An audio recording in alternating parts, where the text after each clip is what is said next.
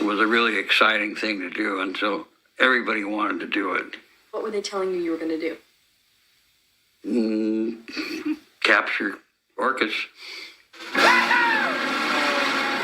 They had aircraft, they had spotters, they had speedboats, they had bombs they were throwing in the water. They were lighting their bombs with acetylene torches in their boats and throwing them as fast as they could to herd the whales into coves. But the orcas had been caught before, and they knew what was going on, and they knew their young ones would be taken from them. So the adults without young went east into cul-de-sac, and the boats followed them, thinking they were all going that way, while the mothers with babies went north. But the capture teams had aircraft, and they have to come up for air eventually, and when they did, the capture teams alerted the boats and said, oh no, they're going north, the ones with babies. So the boats, the speedboats, caught them there and herded them in. And then they had fishing boats with seine nets that they would stretch across so none could leave, and then they could just pick out the young ones.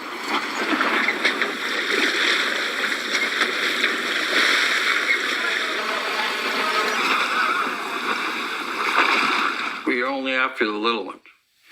And a little one is, a big animal still, but I was told because of shipping costs, that's why they only take the little ones.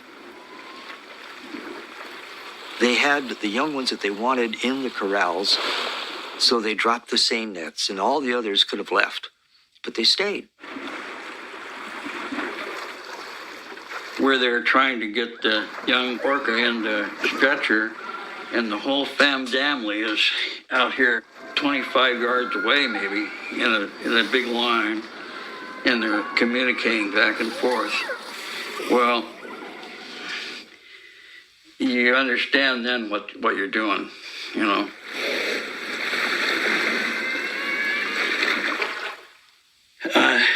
I lost it. I just started crying. I didn't stop working, but I just couldn't handle it. And just like kidnapping a little kid away from her mother. Everybody's watching. What can you do? It's the worst thing I can think of. I can't think of anything worse than that. Now, this really sounds bad, but when the whole hunt was over, there were 3 dead whales in the net. And so they had Peter and Brian and I cut the whales open, fill them with rocks, and put anchors on their tail and sink them. Well,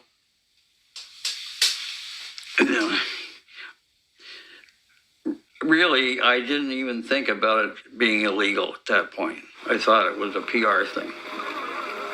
They were finally ejected from the state of Washington by a court order in 1976. It was SeaWorld by name that was told, do not come back to Washington to capture whales. Without missing a beat, they went from Washington to Iceland and began capturing there. I've been part of a revolution to change of presidents in Central and South America, and seen some things that it's hard to believe, but this is the worst thing that I've ever done, is hunt that whale.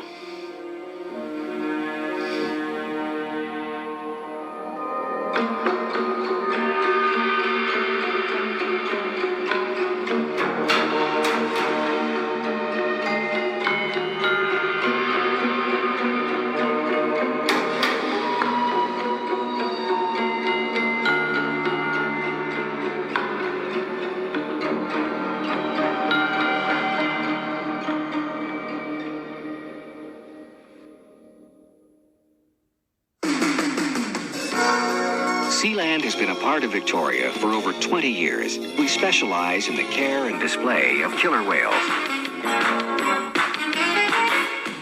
By the time I started, when he was 4, he was up to 16 feet long and weighed 4,000 pounds.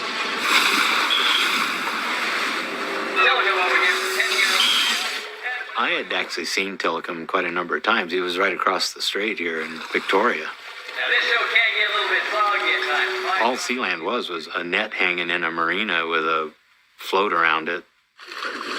Tilikum was the one we really loved to work with. He was very well behaved, and he was always eager to please. When he was first introduced, everything just went fine and dandy, but the previous head trainer used techniques that involved punishment. He would team a trained orca up with Tilikum, who was untrained. He would send them both off to do the same behavior. If Tilikum didn't do it, then both animals were punished. Deprived of food to keep them hungry. This caused a lot of frustration with the larger animal, the established animal, and would in turn get frustrated with Tilikum and would rake him with his teeth. There would be times during certain seasons that Tilikum would be covered head to toe with rakes. Rakes are teeth on teeth and raking the skin, and from head to toe you could see blood and you could see scratches, and he would just be raked up. Both females would gang up on him. Tilikum was the one we trusted. We never were concerned about Tilikum. The issue was really that we stored these whales at night in what we call a module, which was 20 feet across and probably 30 feet deep, as a safety precaution because we were worried about people cutting the net and letting them go, and the lights were all turned out. So there's really no stimulation. They're just in this dark metal 20-foot by 30-foot pool for 2/3 of their life.